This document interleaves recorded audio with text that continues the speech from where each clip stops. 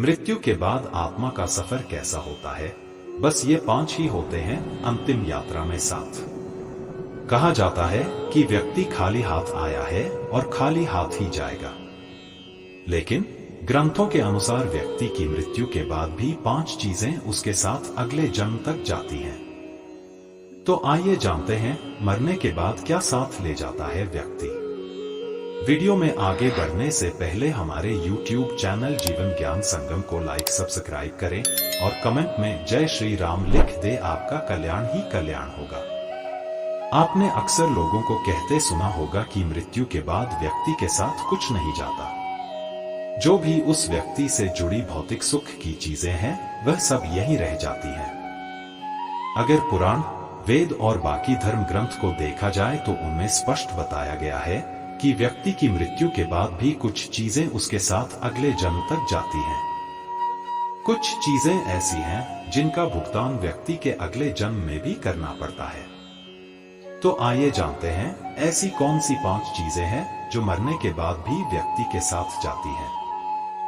मृत्यु के बाद भी साथ जाता है ज्ञान। ज्ञान व्यक्ति को भीड़ में सबसे अलग करता है। ज्ञान के बल पर आप अपनी एक अलग पहचान और लोगों पर छाप छोड़ने में कामयाब रहते हैं। इसलिए अपनी मृत्यु से पहले आप जितना ज्ञान ले लेंगे वह आपके बहुत काम आएगा। दरअसल ऐसी मान्यता है कि जीवित रहते हुए व्यक्ति जो गुण सीख लेता है वह उसके साथ मृत्यु के बाद भी जाते हैं। इसलिए अपना समय खुद को अच्छा ज्ञान और गुण सीख में व्यस्त करें। श्री गीता में भी इस बात का जिक्र किया गया है कि ज्ञान और दान कभी नष्ट नहीं होता है। मृत्यु के बाद भी साथ जाता है कर्ज। धार्मिक ग्रंथों में बताया गया है कि कर्ज कभी भी व्यक्ति का पीछा नहीं छोड़ता। अगर किसी व्यक्ति ने आपका भला किया है तो उसका ये ऋण जैसा ही मौका मिले उतार देना चाहिए। अगर आप किसी का ऋण नहीं उतारते हैं तो उसे जन्म जन्मांतर तक चुकाना पड़ता है, वह कर्ज उतारना पड़ता है। अगले जन्म में वह कर्ज किसी भी रूप में आपको चुकाना पड़ सकता है। साथ अगर आपने किसी को कर्ज दिया है और उस व्यक्ति की मृत्यु कर्ज चुकाने से पहले ही हो जाती है तो आपको भी बार बार जन्म लेना पड़ सकता है। इसलिए ऐसे व्यक्ति को उसकी मृत्यु के साथ ही माफ कर देना आपके लिए उचित रहेगा। मृत्यु के बाद भी साथ जाती है वासना और मोह। मृत्यु के बाद भी साथ जाती है वासना और मोह। ग्रंथों के अनुसार अगर किसी चीज को पाने की चाहत रखते हैं और वह चीज व्यक्ति को न मिले तो मृत्यु के बाद भी उस चीज की वासना उसका पीछा नहीं छोड़ती। सांसारिक सुखों की चाहत रखना वासना ही है। वासना को लेकर विष्णु पुराण में एक कथा भी मौजूद है। राजा भरत को अपने हिरण के बच्चे से बहुत प्यार था। उसी के बारे में सोचते हुए उसने प्राण त्याग दिए। अगले जन्म में राजा को खुद हिरण रूप में जन्म लेना पड़ा। इसलिए कामना और वासना को अपने मन में हावी नहीं होने देना चाहिए। साथ ही किसी भी चीज को लेकर अधिक मोह माया नहीं होनी चाहिए।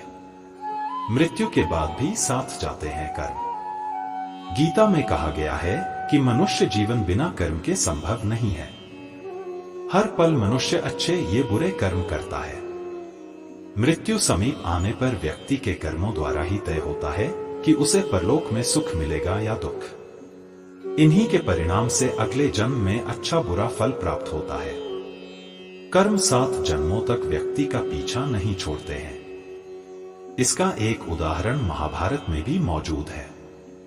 बाणों की शैया पर लेटे हुए भीष्म को भगवान कृष्ण से जब भीष्म वे पूछा कि मुझे ऐसी मृत्यु क्यों मिली तो भगवान कृष्ण ने उन्हें 7 जन्म पहले की घटना याद दिलाई। 7 जन्म पहले भीष्म ने एक अधमरे सांप को उठाकर नागफनी के कांटों पर फेंक दिया था। कर्म मनुष्य का कभी पीछा नहीं छोड़ते। मृत्यु के बाद भी साथ जाता है पुण्य। अपने अक्सर घर के बड़ों से सुना होगा कि दान और परोपकार कभी खाली नहीं जाता है। इसका जिक्र शास्त्रों में भी किया गया है। जीवन में अगर कोई अपरिचित व्यक्ति आपकी मदद करता है, इसका अर्थ है कि वह पिछले जन्म में आपके द्वारा किए गए दान और परोपकार को चुका रहा है। इसलिए दान पुण्य करते रहना चाहिए। यह व्यक्ति की मृत्यु के बाद भी इसके साथ जाते हैं। आज के लिए बस इतना ही, मिलते हैं न्यू वीडियो पर। जय हिंद, जय भारत।